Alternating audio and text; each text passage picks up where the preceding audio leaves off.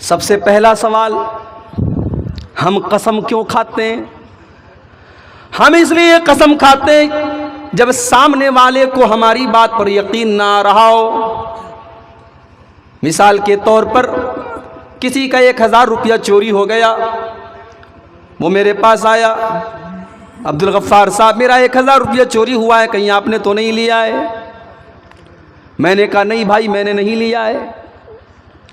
میں نے اگر اتنا کہا کہ میں نے نہیں لیا ہے تو سامنے والے کو ڈاؤٹ ہو سکتا ہے، لیکن اگر میں یہ کہہ دوں کہ بھائی صاحب اللہ کی قسم میں نے آپ کا پیسہ نہیں لیا ہے، سامنے والا یقین کر لے گا یہ اللہ کی قسم کھا رہا ہے۔ یہی تو ہوتا ہے قسم کا مطلب۔ قسم کیوں کھاتے ہیں؟ تاکید کے لیے، اپنی بات کو مضبوط بنانے کے لیے۔ اب سوال یہ پیدا ہوتا ہے کہ اللہ تعالیٰ قسم کیوں کھا رہا ہے؟ کیا نعوذ باللہ اللہ تعالیٰ کو یہ ڈاؤٹ ہے کہ میرے بندے میری بات نہیں مانیں گے، میرے بندوں کو میری بات میں شک ہوگا؟ نہیں، اللہ کی بات میں کس کو شک ہو سکتا ہے؟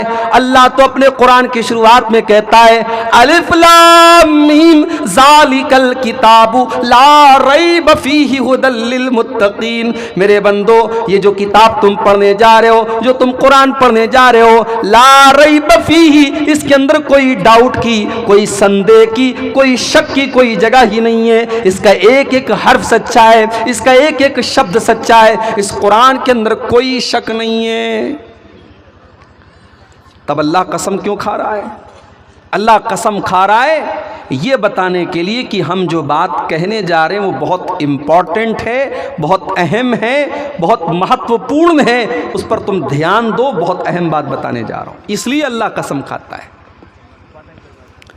اب یہاں ایک بات اور سمجھ لیجئے، اللہ تعالیٰ جس کی چاہے قسم کھا سکتا ہے۔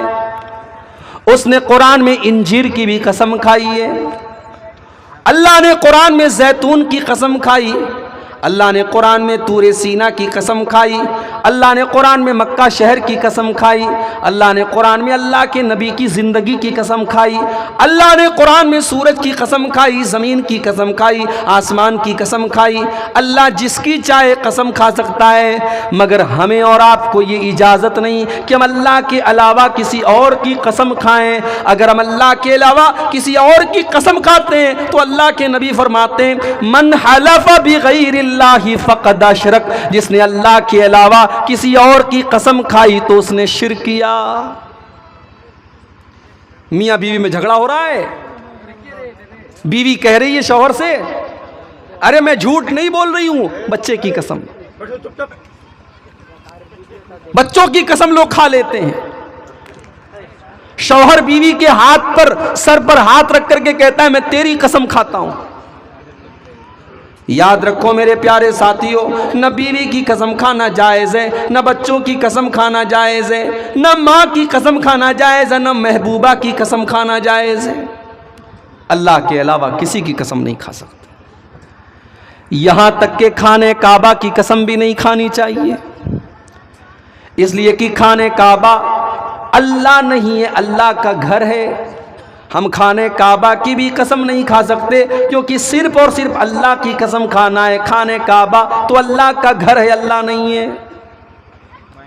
ہمارے بہت سارے غیر مسلم بھائی ہیں، ان کے دماغ میں یہ بیٹھا ہوا ہے کہ مسلمان کھانے کعبہ کی پوجا کرتا ہے۔ ان کو جا کر کے صحیح بخاری کی وہ حدیث پڑھ کے سنا دینی چاہیے میرے بھائیوں کہ حضرت عمر فاروق رضی اللہ تعالیٰ عنہ کھانے کعبہ کا طواف کر رہے تھے، اور کھانے کعبہ کا طواف کرتے ہوئے جب حجر اسود کے پاس پہنچے، حجر اسود وہی پتھر ہے، کالا پتھر، طواف کے دوران جس کو چوما جاتا ہے، حضرت عمر فاروق رضی اللہ تعالیٰ نے اس پتھر کو چوما اور چوم کر کے کیا کہا، انی اعلم انک حجر ما تنفع ولا تضر، اے حجر اسود میں جانتا ہوں کہ تو ایک پتھر ہے، تو نفع نقصان کا مالک نہیں ہے، تو کسی کو فائدہ نہیں دے سکتا، تو کسی کا نقصان نہیں کر سکتا۔ اگر میرے نبی نے تجھے نہ چوما ہوتا تو میں تجھے نہ چومتا، کیونکہ تجھے چومنا میرے نبی کا طریقہ ہے، میرے نبی کی سنت ہے، اس لیے میں تجھے چوم رہا ہوں۔ حضرت عمر نے دنیا والوں کو سندیش دے دیا کہ مسلمان حجر اسود کی پوجا نہیں کرتا ہے، اور حضرت بلال نے خانہ کعبہ کی چھت پہ کھڑے ہو کر کے اذان دے کر کے یہ ثابت کر دیا کہ مسلمان خانہ کعبہ کی پوجا نہیں کرتا۔ مسلمان اگر خانہ کعبہ کا طواف کرتا ہے، اس کی پریکرما کرتا ہے، تو اس لیے کرتا ہے کیونکہ اللہ کا آدیش ہے، اللہ کا حکم ہے، اس کے رسول کا طریقہ ہے۔ خانہ کعبہ ہمارے نزدیک مقدس تو ہے، مگر ہم خانہ کعبہ کی عبادت نہیں کرتے، اسی لیے خانہ کعبہ کی آپ خانہ کعبہ کی قسم نہیں کھا سکتے۔ اگر آپ کو قسم کھانا ہے تو آپ کہیں گے رب کعبہ کی قسم، آپ کعبہ کی قسم نہیں کھا سکتے۔ ایک اور مسئلہ یاد کر لو، قرآن کی قسم کھا سکتے ہیں کہ نہیں؟ بولو بھائی، کھا سکتے ہیں کہ نہیں کھا سکتے؟ کھاتے تو ہیں لوگ، بلکہ کھانے کا قرآن کی قسم کو تو سب سے زیادہ اہمیت دی جاتی ہے۔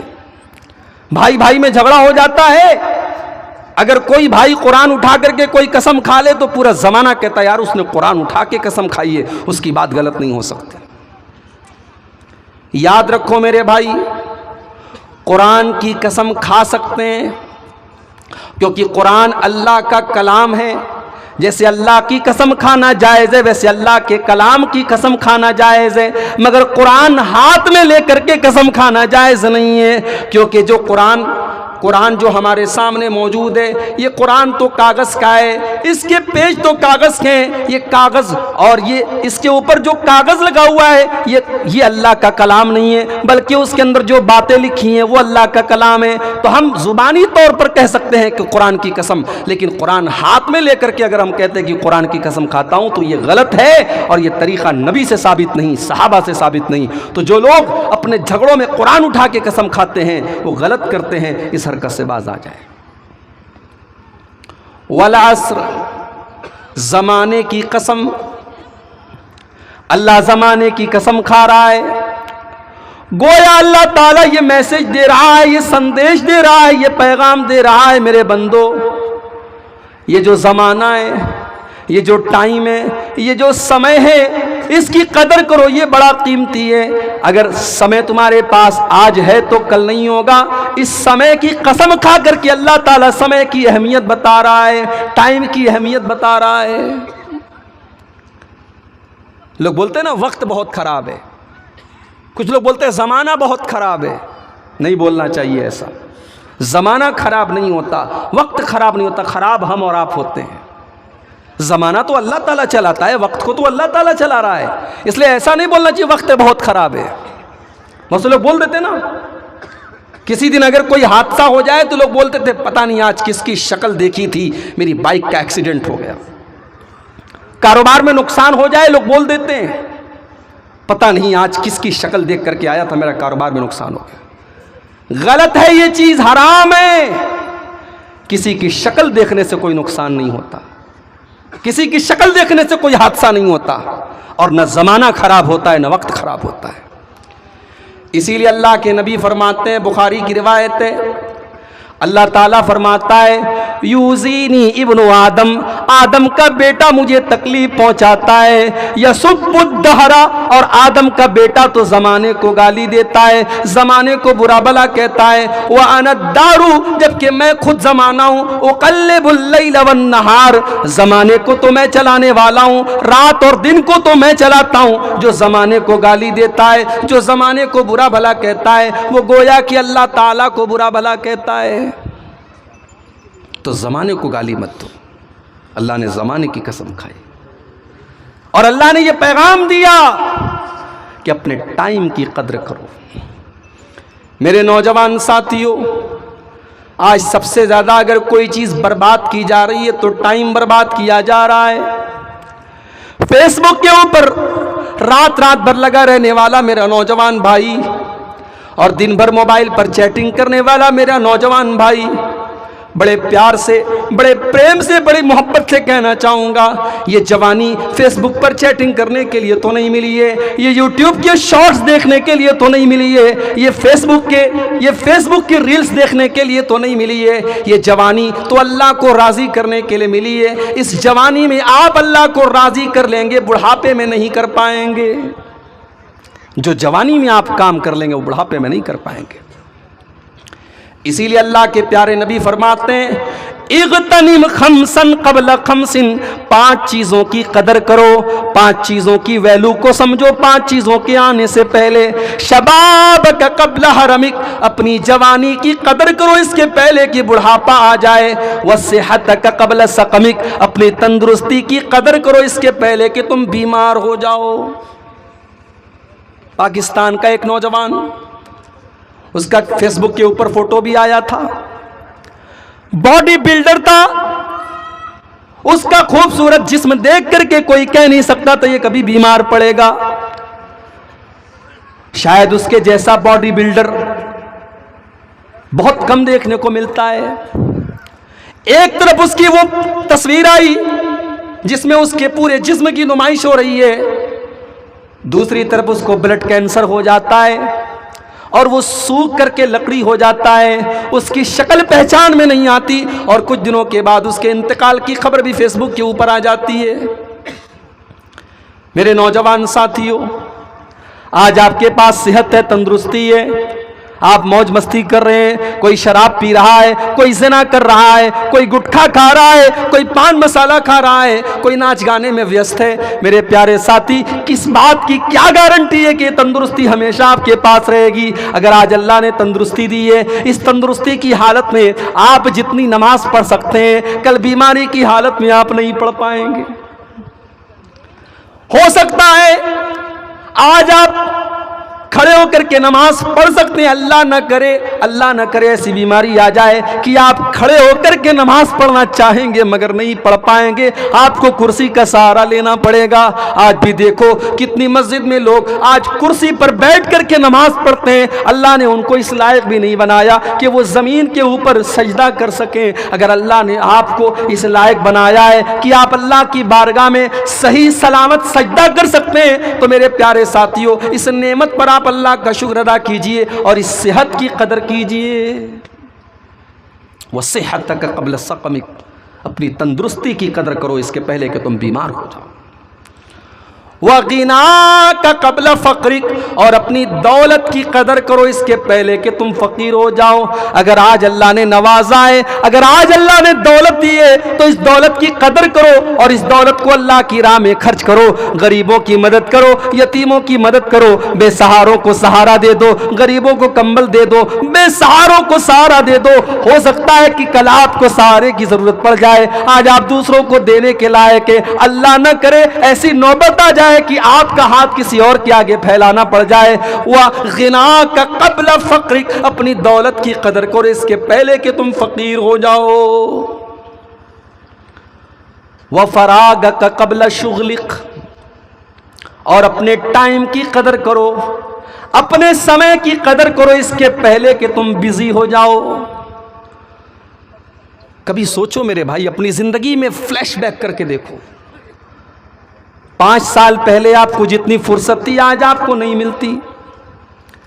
جب تک شادی نہیں ہوئی تھی بہت سارے کام آدمی کر لیتا ہے، شادی ہو گئی، بیوی آ گئی، ذمہ داریاں آ گئی، بہت سارے کام نہیں کر پاتا ہے۔ پھر بچے پیدا ہو گئے اور ذمہ داریاں آ گئی، بچے اسکول جانے لگے، مدرسے جانے لگے اور ذمہ داریاں آ گئیں، بچے بڑے ہو گئے اور ذمہ داریاں آنے لگی۔ زندگی جیسے جیسے آگے بڑھتی چلی جاتی ہے، انسان کی زندگی میں ذمہ داریاں آنے لگتی ہیں، انسان بزی ہوتا چلا جاتا ہے۔ اللہ کے نبی فرماتے ہیں اگر آج 2 منٹ بھی آپ فری ہیں، 2 منٹ کی آپ کے پاس فرصت ہے تو اس فرصت کی قدر کرو اور اس فرصت کو صحیح جگہ استعمال کرو۔ ہم کہاں استعمال کر رہے ہیں؟ 3 گھنٹے بیٹھ کر کے فلمیں دیکھ رہے ہیں، فیس بک کے اوپر بیٹھ کر کے ویڈیوز دیکھ رہے ہیں۔ عربی میں کہاوت ہے الوقت کالسیف، وقت جو ہوتا ہے وہ تلوار کی طرح ہوتا ہے، وقت جو ہوتا ہے تلوار کی طرح ہوتا ہے، اگر آپ نے وقت کو نہیں کاٹا تو وقت آپ کو کاٹ دے گا۔ اپنے سمے کا صحیح استعمال کرو میرے نوجوان ساتھیوں.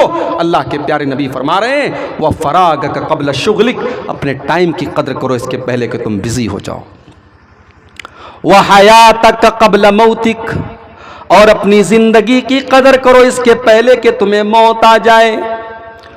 موت آئے گی تو یہ پوچھ کر کے نہیں آئے گی عبدالغفار صاحب آپ کی بیٹی کا کیا حال ہے، آپ کی بیوی کا کیا حال ہے، آپ کا مکان بنا کہ نہیں بنا، آپ کو نوکری ملی کہ نہیں ملی، آپ کا سپنا پورا ہوا کہ نہیں ہوا. موت آئے گی اور آپ کے سارے سپنوں کو لے کر کے چلی جائے گی. موت آپ سے اپوائنٹمنٹ لے کر کے تو نہیں آئے گی. موت کو تو کوئی نہ کوئی بہانہ چاہیے. کبھی بیماری کے بہانے سے آ جائے گی، کبھی ایکسیڈنٹ کے بہانے سے آ جائے گی، کبھی اچانک ہارٹ اٹیک آ جائے گا، کبھی دماغ پر فالج کا حملہ ہو جائے گا. موت کسی بھی بہانے سے آ سکتی ہے، اور موت آتے ہی میرے پیارے ساتھیوں زندگی کی ساری چکا چوند ختم ہو جائے گی. اسی لیے اللہ قرآن میں کہتا ہے حَتَّى إِذَا جَاءَ أَحَدَهُمُ الْمَوْتُ قَالَ رَبِّ ارْجِعُونِ. میرے بندو جب موت کا ٹائم آتا ہے، جب بندے کی موت کا ٹائم آتا ہے تو بندہ کہتا ہے کہ اے میرے پروردگار مجھے ایک موقع تو اور دے دے، مجھے ایک بار تو دنیا میں واپس بھیج دے. لعلی اعمل صالحا، اے اللہ میں وعدہ کرتا ہوں اگر تو مجھے دنیا میں بھیجے گا، میں نماز نہیں پڑھتا تھا، 5 ٹائم کی نماز پڑھوں گا. اے اللہ میں زنا کیا کرتا تھا، اب کبھی زنا نہ کروں گا. اے اللہ میں شراب پیا کرتا تھا، اب کبھی شراب کو ہاتھ نہ لگاؤں گا. اے اللہ میں قرآن کی تلاوت کبھی نہیں کرتا تھا، اے اللہ میں بہت قرآن پڑھوں گا. لعلی اعمل صالحا، اے اللہ میں وعدہ کرتا ہوں کہ تو ایک بار مجھے واپس بھیج دے، میں نیک عمل کروں گا، میں تجھے راضی کرنے والا عمل کروں گا. اللہ فرماتا ہے کلا انہا کلمۃ ہوا قائلھا، میرے بندے تیری یہ خواہش کبھی پوری ہونے والی نہیں ہے. موت آ جائے، موت کا ٹائم آ گیا، اب تجھے دوبارہ دنیا میں نہیں بھیجا جائے گا. موت آ چکی ہے، اب کسی کو دوبارہ دنیا میں نہیں بھیجا جائے گا. یہ جو کانسیپٹ ہے نا بالی ووڈ کی فلموں کی وجہ سے ہمارے یہاں آیا ہے. کوئی اگر آتم ہتیا کر لیتا ہے تو اس کی آتما بھٹکتی رہتی ہے، کسی کو کوئی قتل کر دے تو اس کی آتما بھٹکتی رہتی ہے. یہ سب فلموں کے اندر اور سیریلوں کے اندر دکھا کر کے ہمارا دماغ خراب کیا گیا ہے. کوئی آتما واتما نہیں بھٹکتی رہتی ہے. انسان مر گیا، اب اس دنیا سے اس کا کنیکشن ختم. اب وہ ایک اور دنیا میں ہے جس کو ہم قبر کی زندگی کہتے ہیں، جس کو ہم برزخ کی زندگی کہتے ہیں، اور وہاں سے کوئی ریٹرن دنیا میں نہیں آ سکتا. وہ کس حال میں ہے ہم نہیں جانتے، ہم کس حال میں وہ نہیں جانتا. تو اللہ کے نبی نے فرمایا کہ اپنی زندگی کی قدر کرو اس کے پہلے کہ تمہیں موت آئے. والعصر، زمانے کی قسم ہے. اچھا عصر کا ایک مطلب اور بھی ہوتا ہے. عصر کا مطلب ہوتا ہے عصر کا ٹائم. جب سورج ڈھل جاتا ہے اور آسمان میں پیلا پن آ جاتا ہے اور عصر کی نماز کا ٹائم شروع ہو جاتا ہے، اس ٹائم کو، اس سمے کو عصر کہا جاتا ہے. اب سوال یہ پیدا ہو رہا ہے کہ اللہ تعالیٰ اس ٹائم کی قسم کیوں کھا رہا ہے؟ علماء کہتے ہیں کہ اس کے پیچھے بھی اللہ تعالیٰ کی ایک بہت بڑی حکمت ہے. اللہ تعالیٰ عصر کے ٹائم کی قسم کھا کر کے یہ بتا رہا ہے جس طریقے سے عصر کا ٹائم آتا ہے تو لوگ دھیرے دھیرے اپنے گھروں کو جانے لگتے ہیں، مزدور اپنا کام ختم کرنے لگتے ہیں، کسان اپنا کام ختم کرنے لگتا ہے، دکاندار اپنی دکان کو لپیٹنے لگتے ہیں، بزنس مین لوگ دھیرے دھیرے اپنے گھر کو واپس جانے لگتے ہیں. جب عصر کا ٹائم آتا ہے تو اس بات کی پہچان ہوتی ہے کہ اب سورج ڈوبنے والا ہے، اب دن ختم ہونے والا ہے. اے انسان تیری زندگی کی عصر کا ٹائم ہو چکا ہے.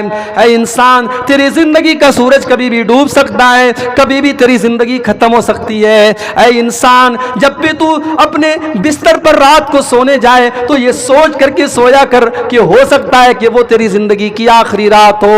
جب تو صبح کو اٹھے تو یہ سوچ کر کے اٹھ کہ ہو سکتا ہے یہ تیری زندگی کی آخری صبح ہو. تیری زندگی کی عصر کا ٹائم شروع ہو چکا ہے.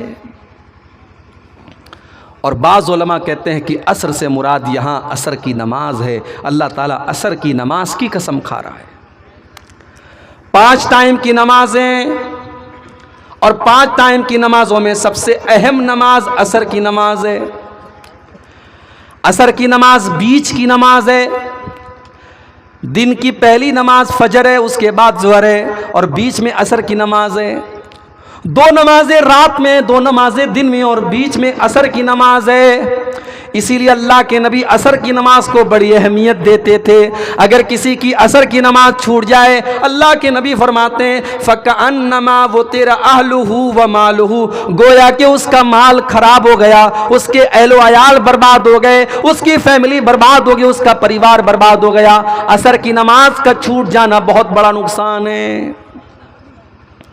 اللہ کے نبی کبھی جلدی کسی پر بد دعا نہیں کرتے تھے۔ جنگ خندق کے موقع پر جب دشمنوں سے لڑائی چل رہی تھی اور لڑائی کی وجہ سے اللہ کے نبی کی عصر کی نماز قضا ہو گئی، عصر کی نماز چھوٹ گئی، یہاں تک کہ سورج ڈوب گیا اور اللہ کے نبی کو مغرب کے ٹائم پر عصر کی نماز پڑھنی پڑی۔ اللہ کے نبی نے بد دعا کی، اللہ کے نبی نے کافروں کے اوپر بد دعا کی۔ آپ نے فرمایا مَلَأَ اللَّهُ بُيُوتَهُمْ وَقُبُورَهُمْ نَارًا، اللہ ان کے گھروں کو اور ان کی قبروں کو جہنم کی آگ سے بھر دے۔ شغلونا عن الصلاۃ الوسطی، ان کی وجہ سے ہماری عصر کی نماز قضا ہو گئی، ہماری عصر کی نماز چھوٹ گئی۔ تو عصر کی نماز بڑی امپورٹنٹ نماز ہے۔ اللہ تعالیٰ عصر کی نماز کی قسم کھا رہا ہے، زمانے کی قسم، عصر کی نماز کی قسم، عصر کے ٹائم کی قسم۔ ان الانسان لفی خسر، زمانے کی قسم کھا کر کے اللہ تعالیٰ کیا بات کہہ رہا ہے؟ بے شک سارے کے سارے انسان گھاٹے میں۔ انڈیا کا انسان بھی گھاٹے میں، سعودی عرب کا انسان بھی گھاٹے میں، امریکہ کا گورا بھی گھاٹے میں، افریقہ کا کالا بھی گھاٹے میں۔ آدم علیہ السلام کی جتنی اولادیں، سارے کے سارے انسانوں کے بارے میں اللہ کہہ رہا ہے ان الانسان لفی خسر، بے شک سارے کے سارے انسان گھاٹے میں۔ مکیش امبانی تو اربوں کی سمپتی کے مالک ہیں، ٹاٹا اور اڈانی اور برلا تو کروڑوں اور خربوں کے مالک ہیں۔ اے اللہ کیا وہ بھی خسارے میں؟ فرمایا ان الانسان لفی خسر، بے شک سارے کے سارے انسان گھاٹے میں۔ میرے بندو، گھاٹا یہ نہیں کہ دنیا میں تمہارے پاس دولت ہے کہ نہیں ہے، دنیا میں تمہارے پاس رہنے کو مکان ہے کہ نہیں ہے، دنیا میں تمہارے بال بچے سکھی اور چین سے ہیں کہ نہیں ہے۔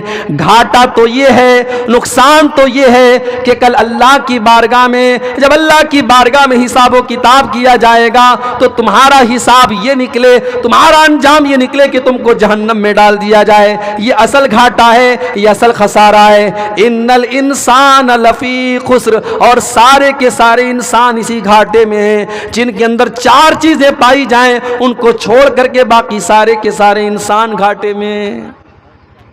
تو گھاٹا یہ ہے کہ انسان قیامت کے دن جہنم کی آگ میں چلا جائے۔ میرے پیارے ساتھیو، آج دنیا میں ایک معمولی سی آگ لگ جاتی ہے، کوئی اس آگ میں جل جاتا ہے، مر جاتا ہے، اس کی لاش ہمارے سامنے آتی ہے، اس کی لاش کو ہم دیکھ نہیں پاتے۔ کمزور دل اور دماغ کا آدمی کسی جلی ہوئی لاش کو دیکھ نہیں سکتا۔ بہت سی عورتیں تو دیکھ کر کے الٹی کر دیتی ہیں۔ سوچو میرے بھائیو، دنیا کی آگ سے ہم اتنا ڈرتے ہیں اور دنیا کی آگ میں کوئی جل جائے تو ہم دیکھ کر کے برداشت نہیں کر پاتے۔ اللہ کے نبی فرماتے ہیں نارکم جزء من نار جہنم، تمہاری دنیا کی آگ تو جہنم کی آگ کا ایک حصہ ہے۔ جہنم کی آگ تو دنیا کی آگ سے 69 گنا زیادہ ہے، 69 ٹائم زیادہ خطرناک ہے۔ دنیا کی آگ پیٹرول سے جلتی ہے، ڈیزل سے جلتی ہے، مٹی کے تیل سے جلتی ہے، لکڑی اور کوئلے سے جلتی ہے، لیکن جہنم کی آگ کس سے جلتی ہے؟ فرمایا وقودها الناس والحجارہ، جہنم کی آگ تو انسانوں اور پتھروں سے جلتی ہے۔ کل قیامت کے دن جس کو اللہ تعالیٰ فَمَنْ زُحْزِحَ عَنِ النَّارِ وَأُدْخِلَ الْجَنَّةَ فَقَدْ فَازَ، جس کے بارے میں اللہ تعالیٰ یہ فیصلہ کر دے کہ وہ جہنم کی آگ سے بچا لیا گیا، اس کو جنت میں ڈال دیا گیا، وہی کامیاب ہے، وہی پروفٹ میں ہے، وہی فائدے میں۔ اور جو جہنم کی آگ میں چلا جائے گا، میرے پیارے ساتھیوں، اللہ فرما رہا ہے ان الانسان لفی خسر، اس سے بڑا خسارے والا کوئی نہیں ہے۔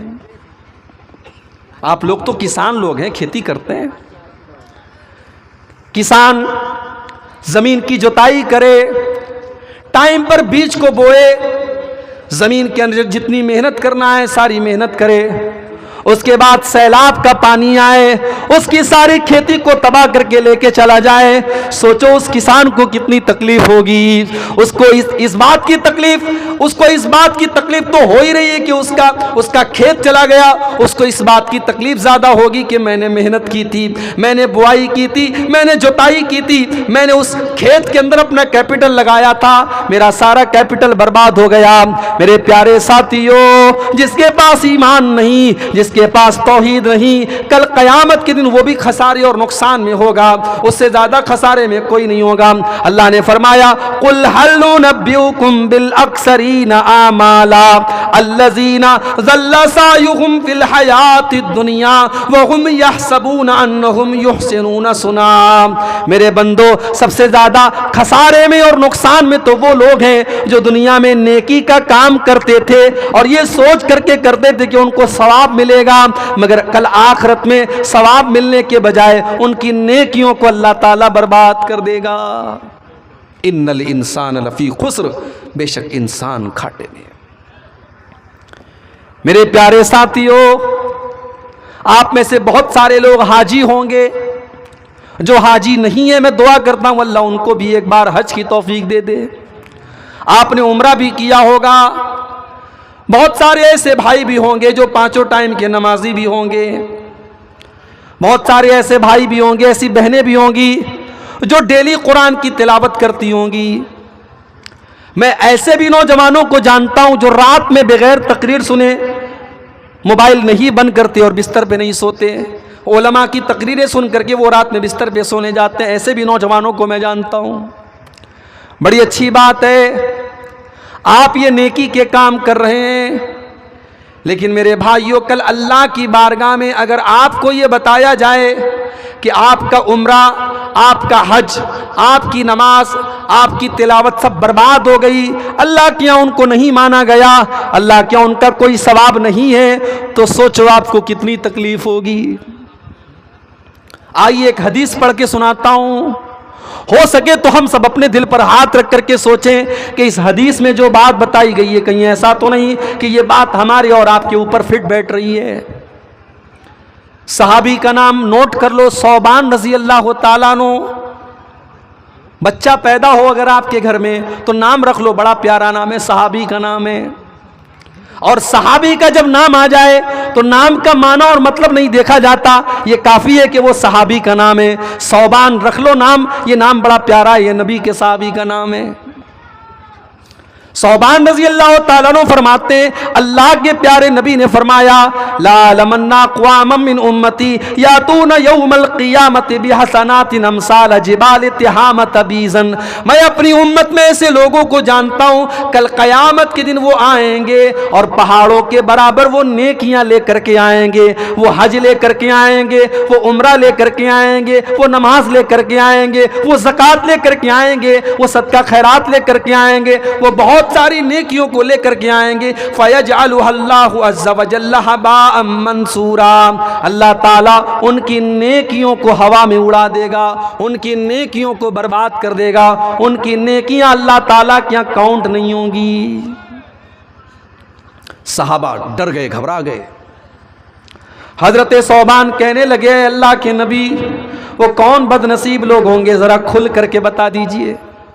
اے اللہ کے نبی صرف ہم لنا وجلہم لنا، اے اللہ کے نبی ذرا کلیئر بتا دیجئے وہ کون بد نصیب لوگ ہوں گے جو نیکیوں کا پہاڑ لے کر کے آئیں گے مگر ان کی نیکیوں کو اللہ تعالیٰ کیا کاؤنٹ نہیں کیا جائے گا.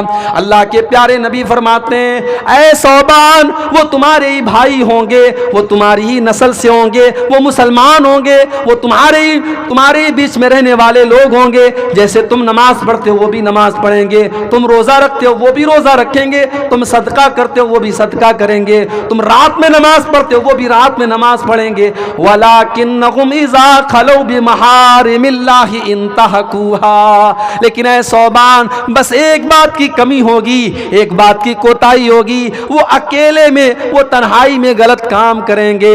جب وہ اکیلے میں ہوں گے, وہ بند کمرے میں ہوں گے اور کوئی دیکھنے والا نہیں ہوگا, تو وہ اکیلے میں اور تنہائی میں بہت سارے غلط کام کریں گے. آپ یقین کیجئے آج علماء کے موبائل بھی سیف نہیں ہے. آج میں نے 50-60 سال کے بزرگوں کا موبائل چیک کیا, اس میں مجھے ایسی چیزیں ملی کہ اللہ دیکھ کر کے شرم آئی. میرے پیارے ساتھیوں, موبائل کے اس دور میں, اسمارٹ فون کے اس دور میں, اس حدیث کو ہم کو سمجھنے کی ضرورت ہے. آج علماء سے لے کر کے جاہل تک اور بچوں سے لے کر کے بوڑھوں تک اس موبائل نے سب کو اس گناہ میں ڈال دیا ہے.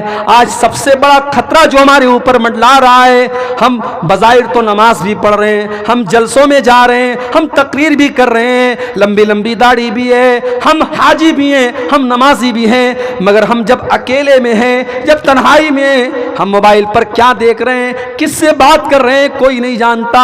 وہ تنہائی میں جو گناہ ہم کر رہے ہیں میرے پیارے ساتھیوں, وہ گناہ ہماری نیکیوں کو کھا رہا ہے, وہ ہماری نیکیوں کے لیے دیمک بن چکا ہے.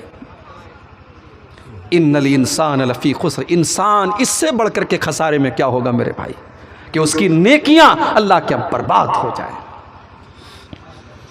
ہمارے کتنے نوجوان بھائی ہیں, رات کو بستر پہ جب وہ سوتے ہیں تو کانوں میں ہیڈ فون لگا کر کے سوتے ہیں, گانا سن کر کے وہ سوتے ہیں اور اسی حال میں ان کو نیند آ جاتی ہے, اور بڑے فخر سے کہتے ہیں میں جب میوزک سنتا ہوں تو میرے دل کو سکون ملتا ہے, جب میں اپنے فیورٹ سنگر کا گانا سنتا ہوں تو میرے دل کو سکون ملتا ہے.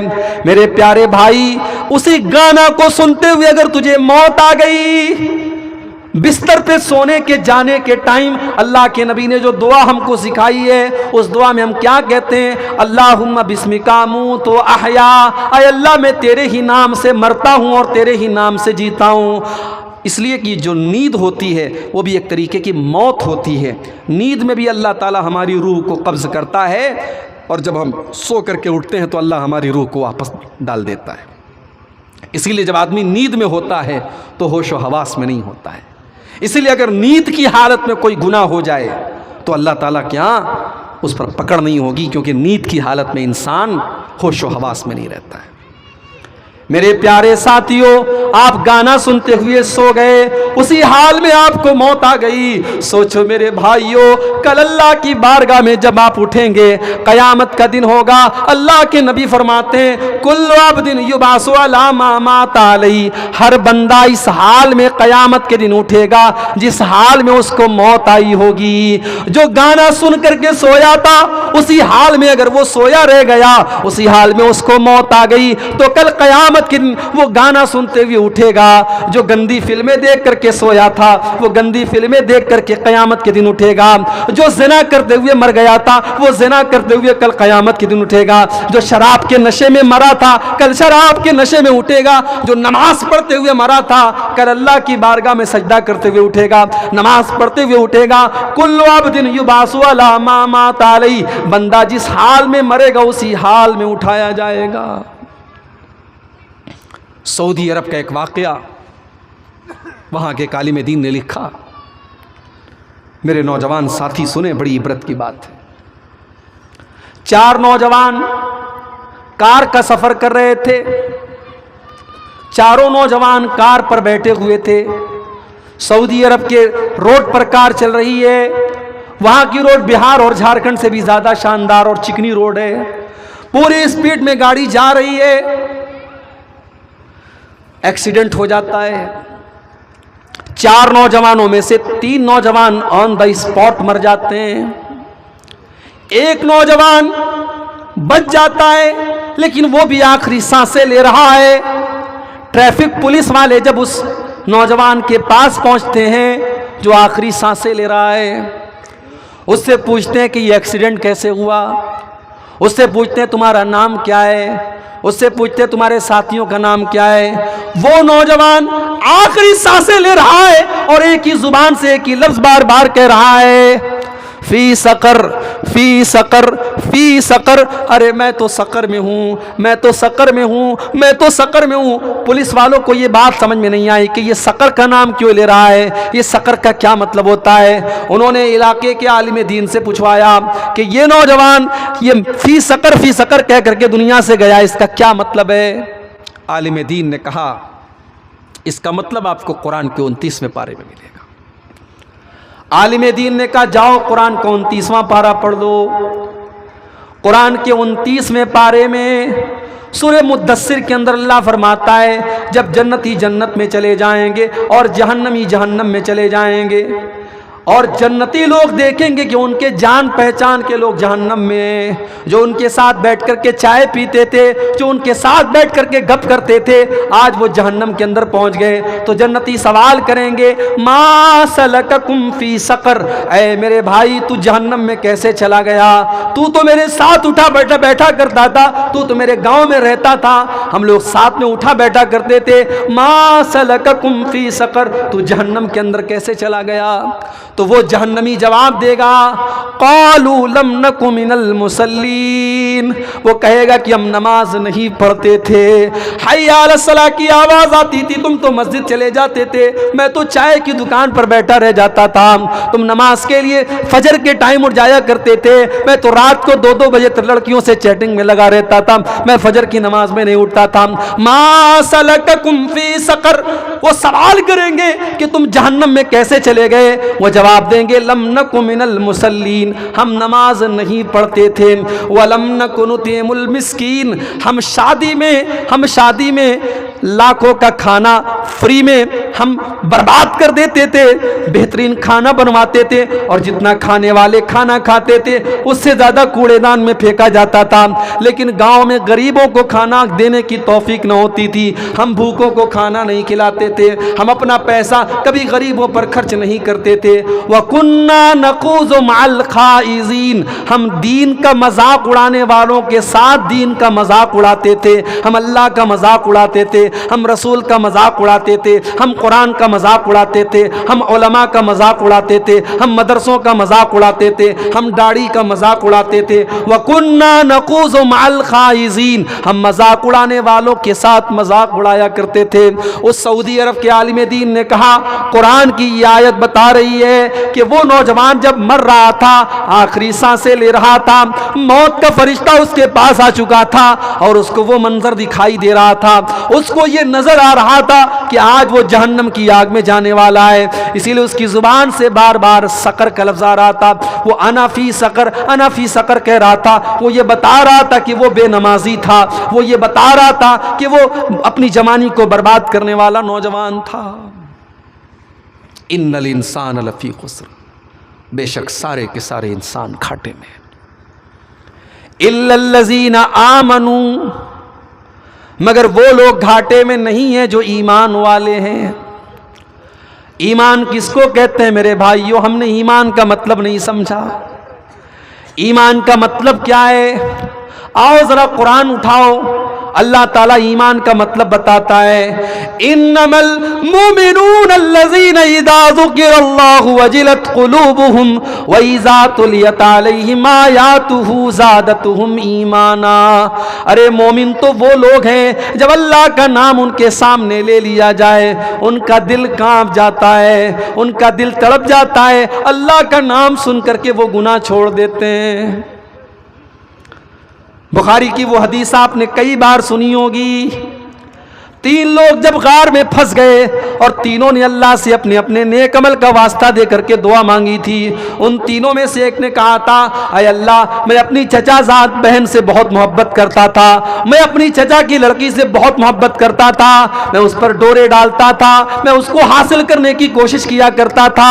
اور ایک مرتبہ جب گاؤں میں قحط پڑا، سوکھا پڑا اور وہ لڑکی میرے پاس مدد مانگنے کے لیے آئی، میں مدد کرنے کے لیے تیار تو ہوا مگر میں نے کنڈیشن لگا دی کہ تجھے اپنی عزت کا سودا کرنا پڑے گا, تجھے اپنی آبرو میرے حوالے کرنی پڑے گی. لیکن جب عین موقع پر میں اس لڑکی کے ساتھ زنا کرنے کے لیے تیار ہو گیا اور قریب تھا کہ میں اس کے ساتھ زنا کر لیتا, اس لڑکی نے عین موقع پر کہا کہ اے اللہ کے بندے اتق اللہ, تو اللہ سے ڈر, ولا تفض الخاتم الا بحقہ, اور جس چیز کا تجھے حق حاصل نہیں ہے اس چیز کو تو استعمال مت کر. اللہ کا نام سن کر کے اس نوجوان نے زنا کا ارادہ ترک کر دیا, زنا کا ارادہ چھوڑ دیا اپنی چچا زاد بہن کے ساتھ. پھر اس نے کبھی غلط کام کا ارادہ نہیں کیا. اللہ کہہ رہا ہے کہ مومن تو وہ لوگ ہیں جب اللہ کا نام لیا جائے تو ان کے دل کانپ جاتے ہیں. وَإِذَا تُلِيَتْ عَلَيْهِمْ آيَاتُهُ زَادَتْهُمْ إِيمَانًا, اور مومن تو وہ لوگ ہیں کہ جب اللہ کا نام لیا جائے, جب قرآن کی آیتیں پڑھی جائیں تو ان کا ایمان بڑھ جاتا ہے. آج تو ہمارا حال یہ ہے, رمضان میں تراویح کی نماز ہو رہی ہے, حافظ جی 1 پارہ کی تراویح پڑھا رہے ہیں. اگر کسی دن حافظ جی نے 1.5 پارہ کر دیا, 2 پارہ کر دیا تو ہمارا پارہ چڑھ جاتا ہے. ہم کہتے ہیں حافظ صاحب آپ نے 2 پارہ کیوں پڑھا دیا, ہم سے نہیں پڑھی جاتی 2 پارہ. میرے پیارے ساتھیوں, کسی مسجد میں تو یہ حال بھی ہے کہ حافظ صاحب نے تھوڑی لمبی تراویح پڑھا دی تو سلام پھیرا تو پیچھے کوئی نہیں تھا. ایسا بھی ہوا ہے, ایسا بھی منظر دیکھا گیا. لیکن جو اللہ کے مومن بندے ہوتے ہیں, وَإِذَا تُلِيَتْ عَلَيْهِمْ آيَاتُهُ زَادَتْهُمْ إِيمَانًا, قرآن کی آیتیں جب پڑھی جاتی ہیں تو ان کا ایمان بڑھ جاتا ہے. فضیل ڈاکو کو دیکھو, ڈاکہ ڈالنے کے لیے جاتا ہے, ایک مکان کی چھت پر کودتا ہے. اس مکان میں اللہ کا کوئی بندہ رات کے سناٹے میں قرآن پڑھ رہا ہے, اور قرآن پڑھتے پڑھتے وہ اللہ کا بندہ سورہ حدید کی آیت پر پہنچتا ہے, الم یان للذین آمنوا ان تخشع قلوبہم لذکر اللہ, کیا ایمان والوں کے لیے ابھی وہ سمے نہیں آیا, کیا ایمان والوں کے لیے ابھی وہ وقت نہیں آیا کہ اللہ کا کلام سن کر کے ان کا دل پگھل جائے. فضیل ابن عیاض کے دل پر چوٹ لگی, اے اللہ یہ قرآن پڑھا جا رہا ہے اور میں ڈاکہ ڈال رہا ہوں, میں لوگوں کا مال لوٹ رہا ہوں, اے اللہ تو مجھے بلا رہا ہے, اے اللہ میں تیری دعوت پر لبیک کہہ رہا ہوں, اے اللہ تو پوچھ رہا ہے کہ کیا ایمان والوں کے لیے توبہ کرنے کا ٹائم آیا کہ نہیں آیا. اے اللہ میں اعلان کر رہا ہوں کہ وہ ٹائم آ چکا ہے. اے اللہ تیرا بندہ فضیل آج سے سچی توبہ کرتا ہے. آج سے فضیل نہ تو کوئی ڈاکہ ڈالے گا, نہ کوئی چوری کرے گا, نہ کسی کی عزت پر حملہ کرے گا. آج کے بعد تیرا بندہ فضیل تیرے گھر کی عبادت میں, تیرے گھر کے طواف میں اور نماز میں اور عبادت میں لگا رہے گا. اور اس کے بعد فضیل ابن عیاض نے سچی توبہ کی اور اپنے دور کے بڑے بڑے علماء اور بڑے بڑے عابدوں میں ان کا شمار ہونے لگا. ایمان اس کو کہتے ہیں میرے بھائی. آج ہمارا ایمان کمزور ایمان ہے, اور ایک بات یاد رکھو, یہ جو ایمان ہے نا یہ دنیا کی سب سے بڑی پونجی ہے ہماری. ہم غریب ہیں, ہمارے گھر کمزور ہیں, ہمارے پاس دولت نہیں ہے, لیکن اگر ہمارے پاس ایمان ہے تو اللہ کی قسم بڑے بڑے کروڑ پتی اور ارب پتی کل قیامت کے دن ہمارے سامنے پھیکے پڑ جائیں گے. ان کے سامنے ہمارے پاس ان سے بڑی دولت ہے میرے بھائی ایمان کی دولت. ایمان سے بڑی کوئی دولت نہیں ہے. اللہ نے قرآن کے 3 پارے کی آخری آیت میں فرمایا, ان الذین کفروا وماتوا وهم کفار فلن يقبل من احدهم ملء الارض ذهبا. جو لوگ ایمان کے بغیر دنیا سے چلے گئے, جو لوگ کفر کی حالت میں دنیا سے چلے گئے, کل قیامت کے دن اللہ کی بارگاہ میں وہ زمین بھر کے سونا لے کر کے آئیں گے. اے اللہ تو زمین بھر کے سونا لے لے اے اللہ, لیکن مجھے جہنم کی آگ سے بچا لے, مجھے اپنے عذاب سے بچا لے. اللہ کہتا ہے ان کا زمین بھر کے سونا قبول نہیں کیا جائے گا, ان کا زمین بھر کے سونا قبول نہیں کیا جائے گا. تیرے پاس زمین بھر کے سونا ہے لیکن تیرے پاس اس سے بڑی دولت نہیں ہے, تیرے پاس ایمان نہیں ہے. اللہ کہتا ہے اولئک لہم عذاب علیم, جن کے پاس ایمان نہیں ہوگا ان کو دردناک عذاب دیا جائے گا. وما لہم من ناصرین, اور ان کی کوئی مدد کرنے والا نہیں ہوگا. شیرسا آبادیوں کا علاقہ ہے. بڑی خوشی ہوتی ہے جب میں آپ کے علاقے میں آتا ہوں, اور میں بنارس میں اور دیگر جگہوں پر کہتا بھی ہوں کہ سیمانچل کے علاقے میں مسلمانوں کی ایک برادری ہے. الحمدللہ 99% بلکہ 100% میں کہہ سکتا ہوں کہ یہ اہل توحید کی برادری ہے, اہل توحید کی یہ قوم ہے. مگر میرے بھائی اگر آپ کے گھروں میں تعویذ پہنا جا رہا ہے, اگر آپ کے بچوں کے گلے میں تعویذ پہنا جا رہا ہے، اگر آپ کی گھر کی عورتیں مشرکوں کے پاس جا کر کے شرکیہ عمل کرنے والوں کے پاس جا کر کے اپنے بچوں کو جھاڑ پھونک کروا رہی ہیں، اور آپ کے گھروں میں بھی شرکیہ کام ہو رہا ہے، تو معاف کیجئے، آپ نے اپنی برادری کا نہیں، اپنے دین اور اپنے اسلام کا سر نیچا کر دیا ہے۔ یہ پونجی جو اللہ نے آپ کو دی ہے، ایمان کی پونجی، توحید کی پونجی، اس پونجی کی حفاظت کیجئے میرے بھائی۔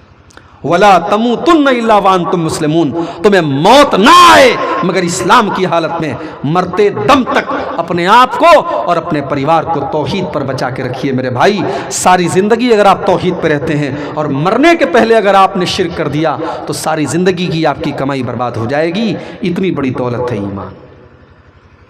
إِلَّا الَّذِينَ آمَنُوا، سارے کے سارے انسان خسارے میں ہیں، مگر وہ لوگ خسارے میں نہیں ہیں جو ایمان والے ہیں۔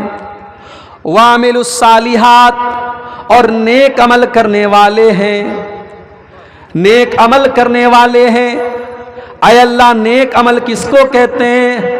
اللہ جواب دیتا ہے قرآن کے 16ویں پارے میں سورہ کہف کی آخری آیت میں، فَمَنْ كَانَ يَرْجُو لِقَاءَ رَبِّهِ فَلْيَعْمَلْ عَمَلًا صَالِحًا وَلَا يُشْرِكْ بِعِبَادَةِ رَبِّهِ أَحَدًا۔ میرے بندو، اگر تم اپنے رب سے ملاقات کرنا چاہتے ہو، جنت میں جانا چاہتے ہو، تو نیک عمل کرو، ایسا عمل کرو جو اللہ کی نظر میں نیک ہو، اور اپنے عمل میں کسی کی ملاوٹ نہ کرو۔ نیک عمل کس کو کہتے ہیں؟ پوری تقریر آپ کو سمجھ میں آئی چاہے نہ آئی، اگر یہ چیز آپ نے سمجھ لی تو میں سمجھتا ہوں کہ آپ نے تقریر کا خلاصہ سمجھ لیا۔ اگر آپ سے کوئی پوچھے کہ نیک عمل کس کو کہتے ہیں تو جواب دے دو کہ نیک عمل اس کو کہتے ہیں جس کے اندر دو چیزیں پائی جائیں۔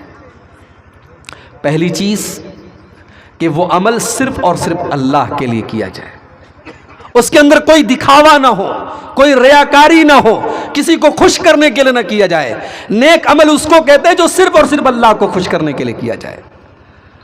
آپ کے گاؤں میں جلسہ ہو رہا ہے، مدرسے میں آپ نے 1 لاکھ روپیہ چندہ دیا، اگر چندہ دینے کا مقصد یہ تھا کہ اللہ راضی ہو جائے تب تو وہ نیک عمل ہے، اور اگر چندہ دینے کا مقصد یہ ہے کہ گاؤں والے تعریف کرے کہ پردھان جی نے 1 لاکھ روپیہ دیا ہے، پورے گاؤں میں چرچا کیا جائے، پورے گاؤں والے آپ کے چندے کی تعریف کریں، مدرسے والے آپ کو سلامی دیں، اگر آپ کا یہ مقصد ہے تو میرے بھائی آپ کا عمل تو ہے مگر نیک عمل نہیں ہے۔ نیک عمل کی پہلی شرط کہ وہ خالص اللہ کے لیے ہو۔ نیک عمل کی دوسری شرط کہ وہ جناب محمد الرسول اللہ کے طریقے کے مطابق ہو، وہ رسول کے طریقے کے مطابق ہو۔ وہ دیکھنے میں کتنا ہی نیک عمل کیوں نہ لگ رہا ہو، اگر نبی کے طریقے کے مطابق نہیں ہے تو وہ نیک عمل نہیں ہے۔ ربیع الاول کا مہینہ آیا، اتفاق سے میرا پروگرام مالدہ کے اندر کلیا چک کے علاقے میں تھا۔ مالدہ سے کلیا چک جانے میں 40 سے 45 منٹ لگتے ہیں، لیکن اتفاق سے جس دن میرا پروگرام تھا اسی دن 12 ربیع الاول کی تاریخ تھی۔ یقین مانیے آپ، 40 سے 45 منٹ کا راستہ مالدہ سے کلیا چک جانے مجھ کو 3 گھنٹے لگ گئے۔ راستے بھر مسلمان نوجوان قطب مینار کی جتنی اونچی اونچی ٹوپی لگا کر کے ناچ رہے ہیں، گا رہے ہیں، بڑے بڑے ڈی جے کے ساؤنڈ کے ساتھ جلوس نکل رہا ہے۔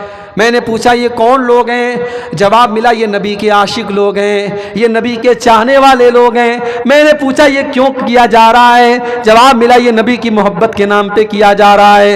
او لوگو، اگر یہ جلوس نکالنا، یہ ڈی جے بجانا، یہ نبی کی محبت کے نام پر اگر یہ سب کچھ صحیح ہے تو ابو بکر نے ڈی جے کیوں نہ بجایا؟ عمر فاروق نے جلوس کیوں نہ نکالا؟ نبی کے صحابہ نے یہ جشن کیوں نہ منایا؟ کام تو دیکھنے میں اچھا لگ رہا ہے، کام تو دیکھنے میں ایموشنل لگ رہا ہے، کام تو دیکھنے میں صحیح لگ رہا ہے، مگر اس کے اوپر جناب محمد رسول اللہ کی مہر نہیں ہے، اس لیے یہ کام بدعت ہے، یہ کام نیک عمل نہیں ہے۔ میں آپ کو 1 کروڑ روپیہ لکھ کر کے چیک دے دوں اور چیک پر اپنا سگنیچر نہ کروں تو وہ چیک دنیا کے کسی بینک میں آپ کیش نہیں کر سکتے، کیونکہ جو چیک دے رہا ہے، جس کا اکاؤنٹ ہے، اس چیک کے اوپر اس کی سگنیچر ہونی چاہیے، تب وہ چیک مانی جائے گی۔ میرے پیارے ساتھیو، آپ جو نیک عمل کرتے ہیں وہ بھی اللہ تعالیٰ کا ایک چیک ہے، اور اس چیک کے اوپر جناب محمد رسول اللہ کی سگنیچر ہونی چاہیے۔ وہ عمل اللہ کے رسول کے طریقے کے مطابق ہونا چاہیے، اگر ہے تو سنت ہے، اگر نہیں ہے تو بدعت ہے۔ تو اللہ نے کہا کہ الا الذین آمنوا وعملوا الصالحات، تمام کے تمام انسان گھاٹے میں ہیں، مگر وہ لوگ گھاٹے میں نہیں ہیں جو ایمان والے بن جائیں اور جو نیک عمل کرنے والے بن جائیں۔ اب دو باتیں اور ہیں، بیان کر کے بات ختم کروں گا۔ وَتَوَاصَوْا بِالْحَقِّ،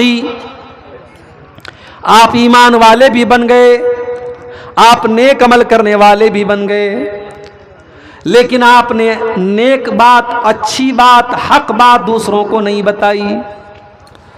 آپ نے دوسروں کو چھوڑو، اپنے گھر والوں کو نہیں بتائی۔ باپ بیچارہ تہجد پڑھ رہا ہے، بیٹا ایک ٹائم کی نماز بھی نہیں پڑھ رہا ہے، اور باپ نے کبھی یہ ضرورت بھی نہیں سمجھی کہ بیٹے کو نماز کے لیے بولے۔ ماں بیچاری رات رات بھر قرآن پڑھ رہی ہے، اور جوان بیٹی موبائل لے کر کے کونے میں کسی کے ساتھ لگی ہوئی ہے۔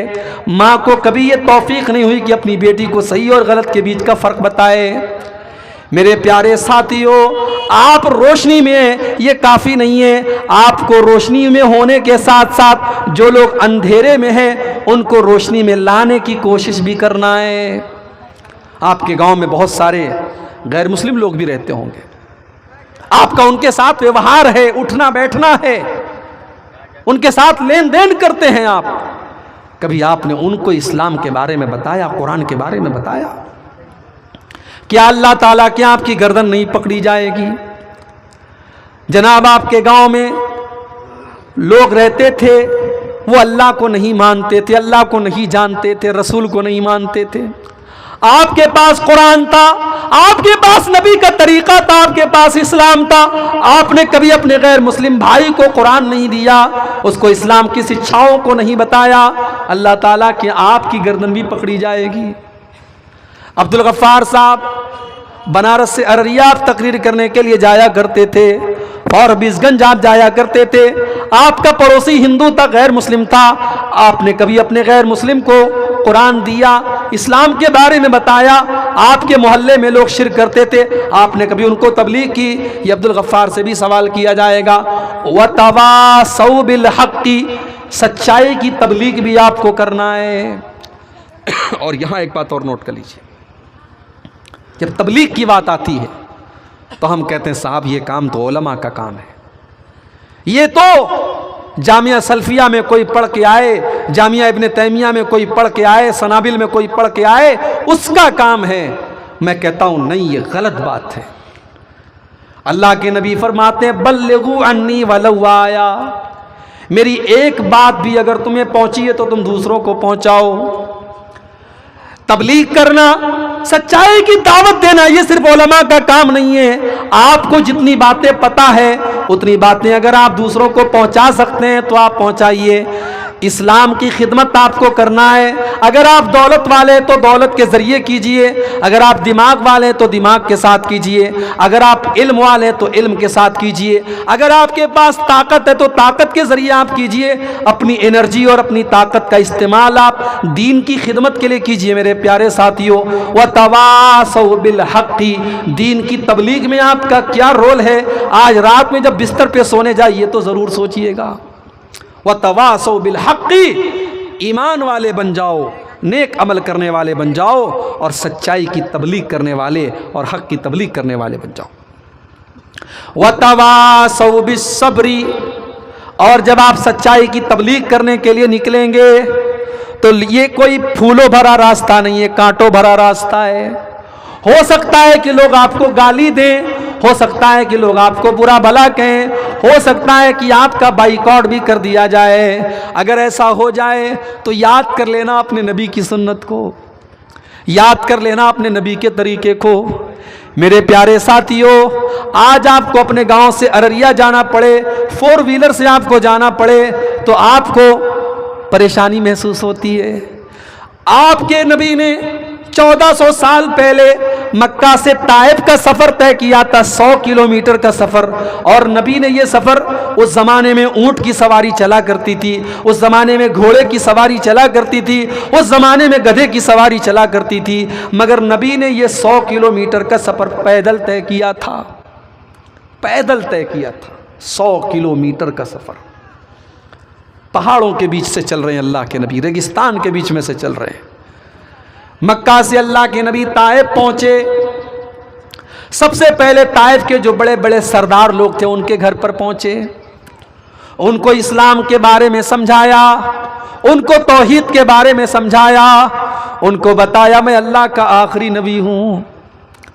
ان کمینوں نے، ان بدبختوں نے، ان بد نصیبوں نے اللہ کے نبی کا کلمہ پڑھنا تو بہت دور کی بات ہے، انہوں نے نبی کا مذاق اڑایا، انہوں نے کہا کہ اے محمد، اللہ کو کوئی اور نہیں ملا تھا، تم ہی ملے تھے نبی بنانے کے لیے۔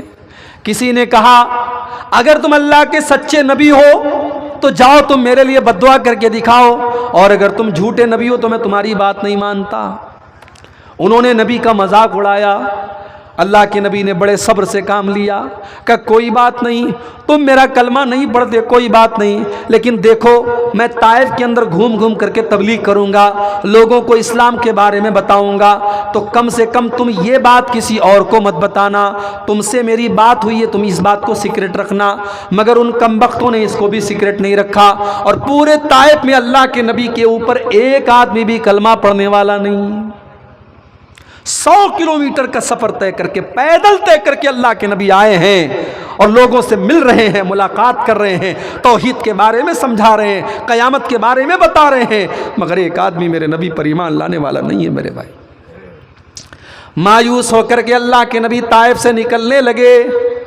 جب طائف سے نکلنے لگے تو ان کمینوں نے، ان بدماشوں نے اللہ کے نبی کے اوپر پتھر برسانا شروع کر دیا۔ اللہ کے نبی طائف کی گلیوں میں چل رہے ہیں اور دونوں طرف سے آپ کے اوپر پتھر برسائے جا رہے ہیں۔ حضرت بلال رضی اللہ تعالیٰ عنہ اللہ کے نبی کو بچانے کی کوشش کرتے ہیں، مگر وہ کہاں سے بچاتے، پتھر تو ہر طرف سے آ رہے ہیں۔ اتنے پتھر مارے گئے میرے نبی کو، آپ کے بدن سے خون بہہ بہہ کر کے آپ کے جوتوں میں جم گیا۔ اللہ کے نبی طائف سے نکل کر کے بڑی مشکل سے اپنی جان بچا کر کے نکلتے ہیں، اور طائف سے 3-4 کلومیٹر دور ایک باغ میں جا کر کے اللہ کے نبی پناہ لیتے ہیں، ایک پیڑ کے نیچے پناہ لیتے ہیں، اور آسمان کی طرف ہاتھ اٹھا کے کہتے ہیں اے اللہ یہ تو نے مجھے کس کے حوالے کر دیا، یہ کن لوگوں کے حوالے کر دیا، اے اللہ یہ تیرے مقام کو نہیں جانتے، اے اللہ یہ میری عظمت کو نہیں جانتے، اے اللہ اگر تو مجھ سے راضی ہے، اگر تو مجھ سے ناراض نہیں ہے تو اے اللہ مجھے کوئی فرق نہیں پڑتا، ٹھیک ہے یہ لوگ میری بات نہیں مان رہے ہیں، مجھے تکلیف ہوئی ہے، مگر اے اللہ اگر تو راضی ہے تو مجھے کوئی پرواہ نہیں ہے، تو ناراض نہیں ہونا چاہیے، اگر تو راضی ہے تو مجھے کوئی پرواہ نہیں ہے۔ یہ صبر کیا ہے اللہ کے نبی نے۔ ہمیں اور آپ کو صبر کا مطلب ہم نے جانا ہی نہیں، صبر کس کو کہتے ہیں۔ وَتَوَاصَوْا بِالصَّبْرِ، دین کی تبلیغ کے راستے میں صبر کرنا پڑے گا میرے بھائی۔ مومن کی زندگی تو 2 ہی چیزوں کا نام ہے، خوشی میں شکر کرنا ہے، تکلیف آئے تو صبر کرنا ہے۔ اور صبر کا مطلب یہی نہیں ہوتا ہے کہ بچہ مر گیا تو صبر کر لیا آپ نے، بیٹا مر گیا صبر کر لیا، باپ کا انتقال ہو گیا تو صبر کر لیا۔ صبر کا مطلب یہ بھی ہوتا ہے آپ کے ساتھ اٹھنے بیٹھنے والے تمام لڑکوں کی غلط تعلقات ہیں لڑکیوں کے ساتھ، بڑے فخر سے وہ آپ سے آ کر کے کہتا ہے کہ میرے اتنی لڑکیوں کے ساتھ میرے تعلقات ہیں، لیکن آپ نے اپنے دامن کو بچا کر کے رکھا ہے، آپ نے یہ طے کر کے رکھا ہے کہ میں اپنے قدم کو غلط راستے پہ نہیں لے کے جاؤں گا، ٹھیک ہے میں جوان ہو گیا ہوں، میں نکاح کر کے شادی کر کے حلال طریقے سے اپنی خواہش کو پوری کروں گا۔ یہ بھی صبر ہے میرے پیارے بھائیوں۔ سارے گاؤں کی لڑکیاں بے پردہ گھوم رہی ہیں، ایک لڑکی جب گھر سے نکلتی ہے تو برقعے میں نکلتی ہے، نقاب میں نکلتی ہے، اس کے گھر والے اس کو تانا مارتے ہیں یہ تو بڑی دیندار بنتی ہے، یہ تو بڑی پردے والی بنتی ہے، جب سارے لوگ پردہ نہیں کرتے تو یہ پردہ کرتی ہے۔ وہ کہتی ہے سارے لوگ کیا کرتے ہیں اس سے فرق نہیں پڑتا، میرے رب کا کیا حکم ہے اس سے فرق پڑتا ہے۔ وہ لڑکی بے پردہ لوگوں کے ماحول میں پردے میں نکلتی ہے، یہ بھی صبر ہے میرے پیارے ساتھیوں۔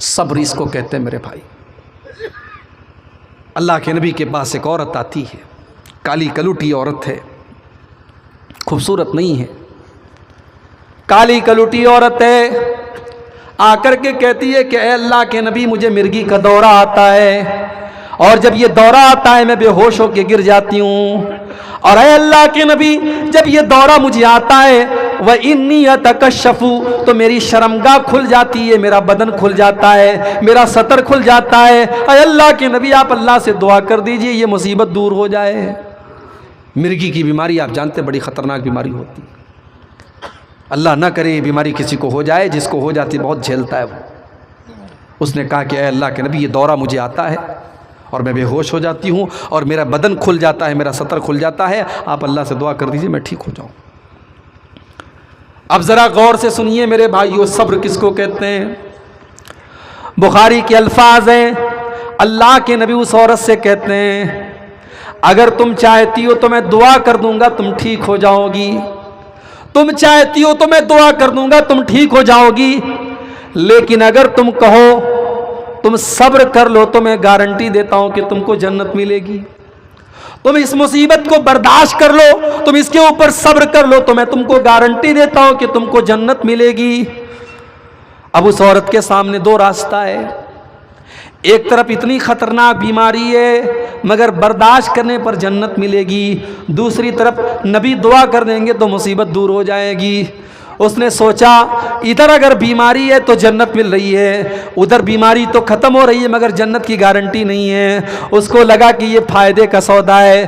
اس نے کہا اے اللہ کے نبی اگر اس بیماری کو برداشت کرنے کی وجہ سے مجھے جنت مل رہی ہے تو میں صبر کرنے کے لیے تیار ہوں، میں مرگی کی اس بیماری کو برداشت کر لوں گی، لیکن اے اللہ کے نبی میں مرگی تو برداشت کر سکتی ہوں، بے شرمی برداشت نہیں کر سکتی، بے حیائی برداشت نہیں کر سکتی۔ میری پیاری ماں بہنوں، اگر اللہ نے آپ کو خوبصورت بنایا ہے، اگر اللہ نے آپ کے چہرے کے نقش و نگار اچھے بنائے ہیں تو اس خوبصورتی کی نعمت کی قدر کرو، اس کو بے پردہ ہو کر کے بے حیائی کی نظر نہ کرو، اس نعمت کی ناقدری نہ کرو۔ وہ عورت کالی کلوٹی عورت ہے لیکن اس کو شرم و حیا کا کتنا پاس ہے، وہ کہتی ہے کہ اے اللہ کے نبی آپ یہ تو دعا کم سے کم اللہ سے کر دیجئے کہ جب مجھے مرگی کا یہ دورہ آئے تو میرا سطر نہ کھلے، میرا بدن نہ کھلے، میرے بدن پر کسی غیر کی نظر نہ پڑے۔ اللہ کے نبی نے دعا کر دی، وہ عورت چلی گئی۔ صحابہ کہتے ہیں کسی کو جنتی عورت دیکھنا ہو تو اس عورت کو دیکھ لو۔ یہ ہوتا ہے صبر۔ وَتَوَاصَوْا بِالصَّبْرِ، جو لوگ صبر کی تلقین کریں گے ان کو اللہ تعالیٰ کہہ رہا ہے کہ وہ گھاٹے میں نہیں ہے، وہ فائدے میں۔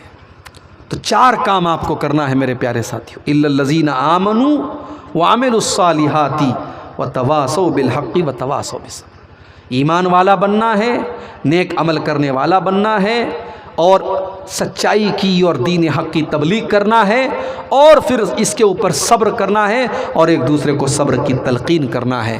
یہ چار کام اگر کوئی کرتا ہے تو وہ پروفٹ میں ہے، وہ فائدے میں ہے، ورنہ اللہ تعالیٰ نے اس سورت کریمہ کے اندر یہ اصول بتا دیا ان الانسان لفی خسر، بے شک تمام کے تمام انسان گھاٹے میں ہے۔ تو میں سمجھتا ہوں کہ اس صورت کریمہ کا ایک مفہوم جو ہو سکتا ہے، اس کی جو تفسیر ہو سکتی ہے وہ میں آپ کو سمجھانے کی میں نے کوشش کی ہے۔ آئیے، یہ بڑا سہانا وقت ہے، رات کا آخری پہر ہے، اور اس وقت جو ہے اللہ تبارک و تعالیٰ آسمان دنیا پر نازل ہوتا ہے اور ہماری دعاؤں کو سنتا ہے۔ آئیے ہم اللہ سے دعا کریں، اللہ تعالیٰ اس صورت کریمہ میں جن چار صفتوں کو اللہ نے بیان کیا ہے، ایمان، نیک عمل، سچائی کی دعوت دینا اور اس کی تبلیغ کرنا، اے اللہ یہ چار چیزیں تو ہمارے اندر بھی پیدا فرما دے۔ اے اللہ ہم تجھ سے وہی دعا کرتے ہیں جو تیرے نبی تجھ سے کرتے تھے، اللہم انی اسألک الجنہ وما قرب الیہا من قول و عمل۔ اے اللہ میں تجھ سے جنت مانگتا ہوں اور ہر وہ عمل مانگتا ہوں جو جنت کے قریب کر دے، اور اے اللہ میں تجھ سے جہنم سے پناہ مانگتا ہوں اور ہر اس عمل سے پناہ مانگتا ہوں جو جہنم سے قریب کر دے۔ الہ العالمین، آج کا یہ جلسہ جن بھائیوں کی محنت سے منعقد ہوا ہے، اے اللہ ان کے مال میں، ان کے اہل و عیال میں، ان کے وقت میں، ان کی عمر میں برکت عطا فرما۔ اے اللہ جس مدرسے کے لیے آج کا جلسہ ہوا ہے اے اللہ اس مدرسے کو اور ترقی عطا فرما۔ اس مدرسے سے پڑھنے پڑھانے والے جو طلباء اور اساتذہ ہیں اے اللہ ان کو دین کا خادم بنا دے۔ اے اللہ دور دراز سے آج کے اس پروگرام میں جو لوگ شامل ہونے آئے ہیں اے اللہ تو سب کے آنے جانے کو قبول فرما لے۔ اے اللہ جو ہم میں بیمار ہیں تو ان کو شفائے کامل عاجل عطا فرما۔ جو روزی روٹی سے پریشان ہیں اے اللہ ان کے کاروبار میں برکت نصیب فرما۔ اے اللہ جن